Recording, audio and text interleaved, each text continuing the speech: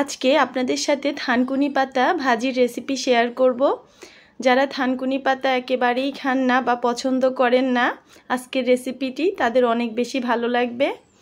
এখানে আমি থানকুনি পাতা এইভাবে করে কুটে নিয়েছি, ডাঁটাগুলো রেখে দিয়েছি।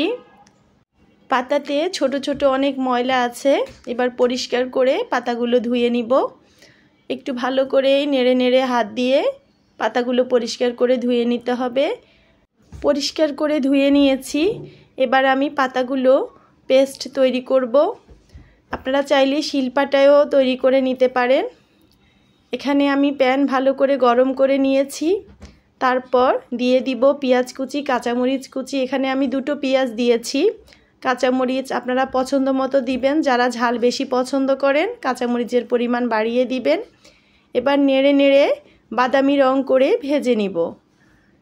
যখন কিছুটা বাদামি রং হয়ে যাবে তখন পেঁয়াজগুলো এক পাশ করে রেখে একটা ডিম দিয়ে দিয়েছি সামান্য 1 চিমটি লবণ। এবার ডিমটা ভেঙে ভেজে নিব, একটু নেড়ে চেড়েই ভেঙে নিব যেন মিশে যায় পেঁয়াজের সাথে।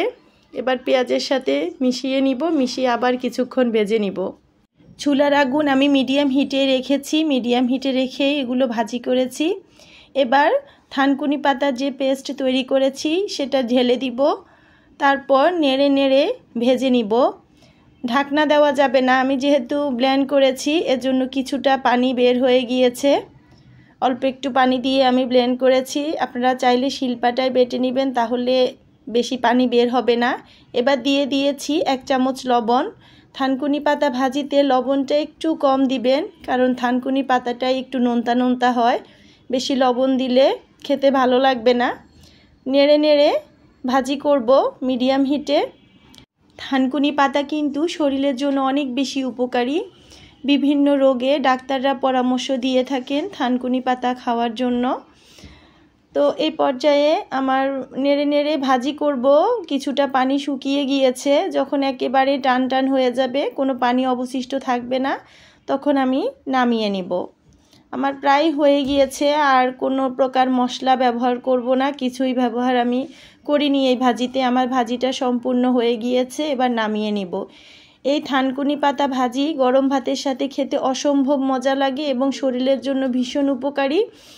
আপনারা একবার হলেও ট্রাই করবেন যদি কখনো না খেয়ে থাকেন এইভাবে।